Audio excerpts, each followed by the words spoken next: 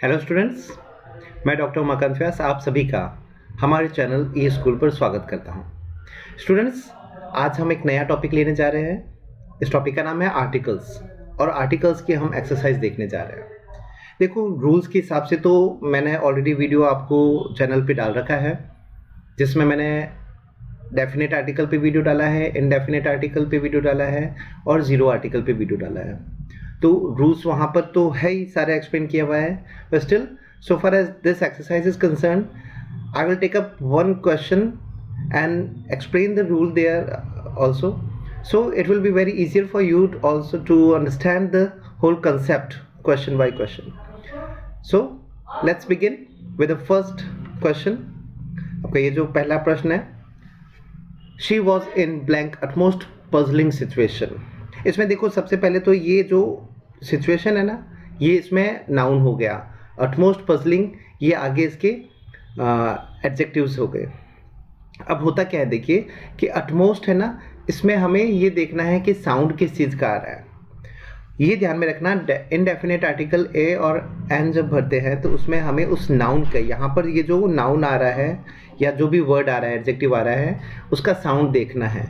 ठीक है, तो अगर यहाँ पर मान लीजिए फॉर एग्जांपल कोई वावल साउंड है तो आप क्या यूज़ करोगे, एन। और अगर यहाँ पर कॉन्सोनेंट साउंड है, सिर्फ साउंड की बात हो रही है, आप इसमें आप लेटर्स मत लेना, वावल साउंड है यहाँ पर। ठीक है, तो अटमोस्ट में अ का साउंड आ रहा है तो यहाँ पर दिस इज एन अटमोस्ट। इसका आंसर क्या हो जाएगा, बी, है ना। अ का साउंड आ रहा है तो वावल साउंड हो गया। She was in an utmost puzzling situation, वह बहुत ही ज़्यादा उलझी हुई स्थिति में थी। अब हम आगे बढ़ते हैं, नेक्स्ट सेंटेंस लेते हैं। Sentence number second, I saw blank blind man and blank one eyed man. दो आपको आर्टिकल भरने हैं, एक यहाँ पर इससे पहले और एक इससे पहले। दोनों का साउंड देखो पहले तो। आई सॉ, ब का साउंड आ रहा है, कॉन्सोनेंट साउंड है, तो आई saw a blind man and ये देखो यहाँ पर साउंड क्या आ रहा है, अ का साउंड आ रहा है। यहाँ पर हमें ओ पे नहीं जाना क्योंकि ओ तो वैसे वावल हो गया, लेकिन साउंड ये क्या दे रहा है, व का साउंड दे रहा है। तो यहाँ पर क्या हो जाएगा, अ वन आइड मैन। तो यहाँ पर आंसर जो आपका है ये हो जाएगा सी, डबल दोनों में ए भरा जाएगा। I saw a blind man and a one eyed man. ठीक है, आगे लेते हैं question number third. We go to blank temple on Sundays. तो सबसे पहले कोई भी डेस्टिनेशन होता है उससे पहले वैसे कोई आर्टिकल नहीं लगता। नोट कर लीजिए, we never use any article before destination. आप मंदिर जाते हो, कोई आर्टिकल नहीं लगेगा मंदिर से पहले। आप स्कूल जाते हो, उससे पहले कोई आर्टिकल नहीं लगेगा। आप हॉस्पिटल जाते हो, उससे पहले कोई आर्टिकल नहीं लगेगा। लेकिन तभी नहीं लगेगा जब आप हॉस्पिटल के यूजुअल पर्पज़ के लिए जा रहे हो, स्कूल का यूजुअल पर्पज़ पढ़ने के लिए जा रहे हो तो आपको आर्टिकल यूज़ नहीं करना। मंदिर दर्शन करने जा रहे हो तो कोई आर्टिकल नहीं लगेगा। ठीक है, तो यहाँ पर, और अगर अदर देन यूजुअल पर्पज़ अगर आप जा रहे हो तो वहाँ पर द आर्टिकल लगेगा। तो सबसे पहले वी गो टू टेम्पल, क्योंकि इसमें कोई अदर बताया नहीं है पर्पज़, तो इसका मतलब यूजुअल पर्पज़ हो गया। तो यहाँ पर एक तो कोई आर्टिकल नहीं लगेगा, तो यहाँ पर हमें क्रॉस करना है, ज़ीरो आर्टिकल हो गया। अब उसके बाद में ऑन संडेज, वैसे देखो रूल है कि before the name of day और मंथ कोई आर्टिकल नहीं लगता, और इससे पहले ये वैसे भी एवरी संडे एक एडवर्ब हो गया, इससे पहले फिर वैसे भी कोई आर्टिकल नहीं आना। तो ये क्या हो जाएगा, यहाँ पर दोनों में क्रॉस हो जाएगा, मतलब सेंटेंस हो जाएगा we go to temple on Sundays. तो इसमें आंसर बन गया आपका बी। ठीक है, इसका आंसर हो गया। अब आगे बढ़ते हैं। रूल्स कुछ मैं मान के चल रहा हूँ कि आपने पढ़े हैं, फिर भी मैं हर एक सेंटेंस के हिसाब से आपको रूल समझाता जाऊँगा। अब सेंटेंस फोर्थ लेते हैं। देखिए, इस सेंटेंस में blank windows of this house are very small. अब विंडोज़ खिड़कियाँ हो गई, ऑफ दिस हाउस, इस घर की खिड़कियाँ बहुत छोटी है। तो विंडोज़ से पहले कोई आर्टिकल नहीं लगता, लेकिन इसमें पर्टिकुलर किसी घर की विंडोज़ की बात हो गई है है ना। तो the windows of this house, इस घर की खिड़कियां, मैं कह सकता हूं विंडोज आर ओपन, कोई आर्टिकल नहीं लगेगा, लेकिन the windows of this house are very small, particular हो गया तो इसमें आर्टिकल जरूर लगेगा। आई बात समझ में। कोई भी noun, note down this rule students, कोई भी नाउन अगर आपके किसी रेफरेंस से स्पेसिफिक डेफिनेट हो जाता है तो वहां पर आपको आर्टिकल दी का प्रयोग करना है, जिसको हम डेफिनेट आर्टिकल कहते हैं। ये रूल हमेशा याद रखना, हर बार ये रूल काम आएगा और बहुत काम आएगा, पर्टिकुलर एग्जाम्स में ये बहुत काम आता है। ठीक है, अब हम आगे बढ़ते हैं, नेक्स्ट एक्सरसाइज देखते हैं। अब देखिए हम सेंटेंस लेते हैं, sentence number 5। I met blank queen of blank Scotland last year.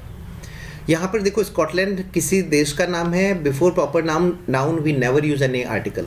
किसी भी देश के नाम से पहले कोई आर्टिकल नहीं लगेगा, कुछ एक्सेप्शंस है उसमें भी आप नोट कर लेना, जैसे UK, USA, USSR, Congo, Netherlands, Punjab, इनसे पहले आर्टिकल दे लगता है, वरना किसी भी देश के नाम से पहले कोई आर्टिकल नहीं लगता। तो स्कॉटलैंड से पहले तो नहीं लगेगा, क्वीन से पहले भी वैसे कोई आर्टिकल नहीं लगता, लेकिन हम अगर किसी पर्टिकुलर किसी डेफिनेट क्वीन की बात कर रहे हैं, जैसे यहाँ पर स्कॉटलैंड की रानी, I met the queen of Scotland last year, तो the queen of Scotland, Scotland से पहले कोई आर्टिकल नहीं आएगा, तो आंसर इसमें बन जाता है B, I met the queen of Scotland last year. ठीक है, next, I got trophy as an award, मुझे अवार्ड में एक ट्रॉफी मिली। वैसे ये सिंगुलर नाउन हो गया, देखो ए एन में से तो कोई आना ही चाहिए, ये टी का साउंड आ रहा है तो ये कॉन्सोनेंट साउंड हो गया, तो आई गॉट अ ट्रॉफी हो जाएगा। ठीक है, तो इसमें आंसर ए हो जाएगा यहाँ पर, I got a trophy as an award. अब हम आगे बढ़ते हैं, नेक्स्ट एक्सरसाइज देखते हैं, sentence number 7।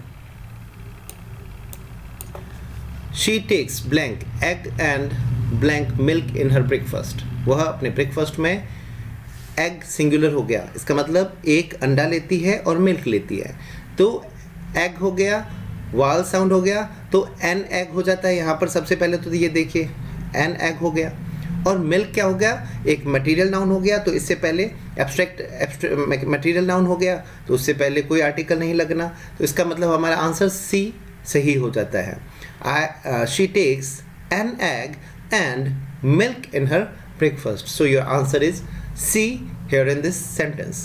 Now let's move to the next sentence, and this sentence is he came here by a blank Rajdhani Express.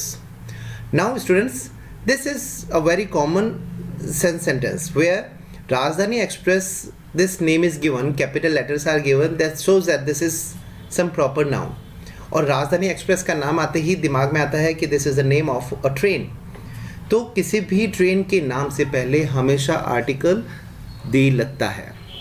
He came here by the राजधानी express, तो before the name of a train, Airways, उनसे पहले हमेशा the article लगता है। ठीक है, अब आगे बढ़ते हैं। He hails from blank small city of UK. अब देखो ये एग्जाम्पल आ गया, मैंने कहा था कुछ देशों के नाम से पहले द आर्टिकल लगता है। अब इस सेंटेंस में यूके दे रखा है, तो यूके से पहले द आएगा। अब यहाँ तक मेरे ऑप्शन इसी रूल से ये क्लियर हो जाएगा कि आंसर क्या होगा। सेकंड आपका जो ब्लैंक है उसमें दी भरना है, तो सेकंड में यहाँ पर दी आ रहा है, बाकी देखो क्रॉस क्रॉस क्रॉस आ रहा है, इसका मतलब आंसर तो ये होगा। अब ये क्या हो गया, he hails from blank small city of UK, वह यूके के किसी छोटे शहर से आता है, तो स्मॉल सिटी किसी का हो गया, इनडेफिनिट हो गया, अननोन हो गया सिटी, तो यहाँ पे अ स्मॉल इनडेफिनिट जो आर्टिकल है वो आता है, तो आंसर इसमें बन जाता है A. He hails from a small city of the UK. अब आगे बढ़ते हैं, blank Nile is blank longest river in the world. अब सबसे पहले नदियाँ जो भी है, नदियों के नाम से पहले आर्टिकल दी आता है, ठीक है। उसके बाद में ये हुई आपके, ये तो हो गया रिवर का नाम, this is the name of a river, ठीक है। और ये क्या हो गया, सुपरलेटिव डिग्री। तो students always keep in mind that you always use the article before superlative degree. तो यहाँ पे तो द आएगा ही, before the name of rivers you always use the, that means your answer is B here in this sentence. दो rule यहाँ पर note कर लेना, नदियों के नाम से पहले द आएगा और सुपरलेटिव डिग्री से पहले द आएगा, इतना सा याद रखना है। अब आगे बढ़ते हैं, नेक्स्ट सेंटेंस देखते हैं।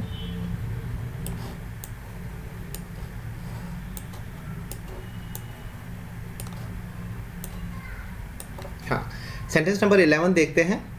My city has blank ideal climate. मेरे शहर का जो क्लाइमेट है वो बहुत ही आदर्श है। तो my city has an ideal climate, ठीक है। ये देखो वावल साउंड है, ठीक है। तो वावल साउंड है तो क्या आ जाएगा, ये आइडियल हो गया, आ का साउंड हो गया। तो आ का साउंड है, वावल साउंड है तो एन लगेगा। तो यहाँ पर आंसर आपके हो गया सी। फिर आगे चलते हैं, 12th नंबर sentence. Blank churches of Goa are very famous, ठीक है। तो चर्चेज हो गया, देखो ये चर्चेज, वैसे इस तरीके से चर्च टेम्पल नॉर्मली इनके नाम से पहले कोई आर्टिकल नहीं आता, but when you are talking about any particular और डेफिनेट और specific temple of some place तो वहाँ द आएगा। यहाँ पर सारे चर्चेज, गोवा के चर्च की बात हुई है कि गोवा के चर्च बहुत फेमस है, तो the churches of Goa, your answer would be D here. Specific हो गया, जैसे आई वेंट टू चर्च है ना, या नॉर्मली किसी चर्च की बात कर सकता हूँ कि church is the place where these English people visit. यहाँ तक तो ठीक है, तो चर्च से पहले कुछ नहीं आना, लेकिन यहाँ पे पर्टिकुलर चर्च की बात हो गई, तो इसलिए यहाँ पर द का यूज़ हुआ है। Next, he is quite good at, sentence number 13, he is quite good at mathematics, this is the name of a subject। तो सब्जेक्ट के नाम से पहले कोई आर्टिकल नहीं आता, तो यहाँ पर आंसर हो जाएगा बी, नो आर्टिकल। सब्जेक्ट के नाम से पहले कोई आर्टिकल नहीं आता, नोट कर लेना, never use any article before the name of subject, ठीक है। अब आगे बढ़ते हैं, sentence number 14। I saw blank ostrich in jungle, मैंने जंगल में एक ऑस्ट्रिच देखा। आई सॉ एन ऑस्ट्रिच हो जाएगा, ये अ का साउंड हो रहा है, वावल साउंड हो गया, ठीक है, अ का साउंड हो गया, तो यहाँ पर क्या हो जाएगा, एन ऑस्ट्रिच, ठीक है। तो answer is A. He ate sandwich that I gave him, उसने वो सैंडविच खाया जो मैंने उसे दिया था। Normally never use any article before such objects, sandwich से पहले कोई आर्टिकल नहीं लगता है ना। या जैसे वी सेल सैंडविच, हम सैंडविच बेचते हैं, तो सैंडविच से पहले कोई आर्टिकल नहीं आ रहा है, लेकिन यहाँ पर किसी पर्टिकुलर सैंडविच की बात हो रही है। He ate the sandwich that I give him, उसने वो सैंडविच खाया जो मैंने उसे दिया था। When you are talking about some particular noun you will always use definite article, so you see here as your answer. अब आगे बढ़ते हैं, blank camel is ship of desert. तो ये हो गया, पूरी कम्युनिटी को बताते हैं, तो द का यूज होना ही है, सारे कैमल्स की बात हो गया, और ये उसका टाइटल हो गया, the camel is the ship of desert, ठीक है। So your answer is B here. Next देखिए, her mother is ASP in Delhi police, ठीक है। तो यहाँ पर देखिए दो कॉन्सेप्ट लगते हैं, एक तो हो गया जब ये अननोन है, लेकिन यहाँ पर चूंकि दिल्ली पुलिस के ASP की बात हो रही है तो आप द लगा दो इस पर, she is the ASP in Delhi police, your answer would be C here, ठीक है। आगे बढ़ते हैं, normally her mother is ASP होता सिर्फ, तो यहाँ पर एन लग जाता, her mother is an ASP, ठीक है। तो क्योंकि वो डेफिनेट कुछ नहीं है, कहाँ है क्या है कुछ नहीं, her mother is an ASP, लेकिन when you are talking about an ASP of some particular person you can use the before that. Next, he speaks Spanish very fluently. Students, 18 number sentence है, एक rule इसमें होता है that when you never use any article before any language, किसी भी भाषा के नाम से पहले कोई आर्टिकल नहीं लगता, तो दैट मीन्स नो आर्टिकल। यहाँ पर आंसर आपका हो जाएगा D, never use any article before any language, ठीक है। भाषा से पहले कोई आर्टिकल नहीं लगता। लेकिन एक बात याद रखना, अगर कहीं पर आपको मान लीजिए कि भाषा से पहले, इंग्लिश से पहले द लिखा हुआ है, स्पेनिश से पहले द लिखा हुआ है, तो यहाँ पर घबराने की बात नहीं है। इसमें मतलब ये हो जाएगा, अगर द इंग्लिश कहा है तो इसका मतलब हो गया पीपल हु स्पीक इंग्लिश। ठीक है, द इंग्लिश का मतलब होता है वो लोग जो अंग्रेजी बोलते हैं। जैसे I meet the English there, मैं अंग्रेजों से वहाँ मिला, तो the English here means English people, the people who speak English language. So यहाँ पर वैसी लैंग्वेज है, कोई आर्टिकल नहीं लगना है। नेक्स्ट पढ़ते हैं sentence number 19। Blank forgiveness is the trait of brave. Forgiveness क्षमा, ठीक है, पार्डन। तो फॉरगिवनेस है हो गया, ये होता है एब्स्ट्रैक्ट नाउन। ठीक है, नोट कर लीजिए, एब्स्ट्रैक्ट नाउन होता है। So before abstract noun we never use any article. तो फॉरगिवनेस से पहले कोई आर्टिकल नहीं आना है सबसे पहले तो। सेकेंड इज द ट्रेट मतलब क्वालिटी ऑफ ब्रेव, बहादुर लोगों की। ब्रेव तो वैसे एडजेक्टिव होता है ना, लेकिन अगर ब्रेव से, जैसे मैंने बहादुर लोगों बोल दिया ना कि क्षमा है वो बहादुर लोगों का गुण है, तो बहादुर लोग कैसे कब होंगे, जब बहादुरी जो ये ब्रेव हो गया, बहादुर जो ये एडजेक्टिव है इससे पहले द आर्टिकल लगा दे तो इसका मतलब बहादुर लोग हो जाता है। तो यहाँ पर द मैं लगा दूँ, ठीक है, तो क्या हो जाएगा बहादुर लोग। तो बहादुर लोगों का जो गुण है वो होती है क्षमा। तो पहले में क्रॉस आएगा, एब्स्ट्रैक्ट नाउन है इसलिए। दूसरे में द ब्रेव कहना मतलब बहादुर लोग, द वीक कहना कमजोर लोग, द स्ट्रॉन्ग कहना ताकतवर लोग, द पुअर कहना गरीब लोग। ये याद रखना रूल, इंपॉर्टेंट रूल है। अब आगे बढ़ते हैं, सेंटेंस नंबर 20, लास्ट सेंटेंस है। Do you know who was the winner of the battle of Panipat. बहुत ही सिंपल सा सेंटेंस हो गया, बिफोर एनी हिस्टोरिकल वॉर। ठीक है, always use the article. So your answer would be C here in this sentence. ठीक है, आपका answer इसमें सी हो जाएगा, बिफोर एनी हिस्टोरिकल वॉर। याद रखना, historical war, historical building, historical monument, historical event, historical treaty, ये जो भी है इनसे पहले हमेशा क्या लगेगा, द लगेगा। तो ये हो गया अपना सेंटेंस नंबर 20, सी आंसर हो गया इसमें। So students, these were a few rules on articles. मुझे पूरी उम्मीद है कि जो जो रूल मैंने बताए हैं आपने नोट किए हैं, और नोट किए हैं तो ये रिपीट भी होंगे, और there is a higher possibility that you will find all these such questions based on such rules. You will find such questions in your coming exam. So why not work very hard with me if you are really trying for some government job और good service. तो आपको, मुझे लगता है कि अगर मेरे in practice से आगे बढ़ते चले जाओगे तो आपको रूल्स एकदम, you will have all the rules on your tips, and at such situation it will be very easier for you to crack any exam. And cracking an exam, it will give you confidence also. Leave everything on God.